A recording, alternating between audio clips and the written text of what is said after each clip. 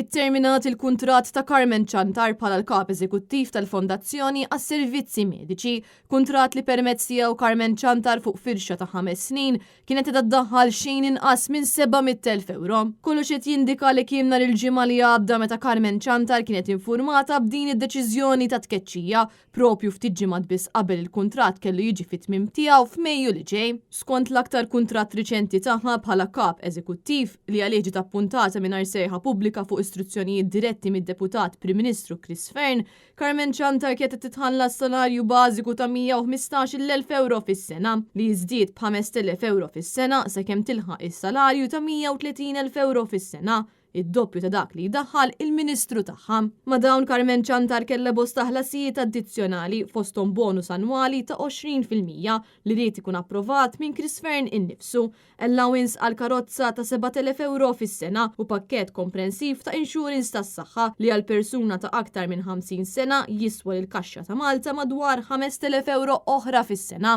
Intant kollox qed jindika l-Ministru l-ġdid tas-Saħħa Joaquin Abela mhuwiex qed jimxi fuq il-passi ta' Fearn u diġà għandu ħafna nkwiet fuq ħoġru wara li wiret l-istraġ li hemm fl-isptar Mater Dei kaġun tal-esplużjoni fil-popolazzjoni.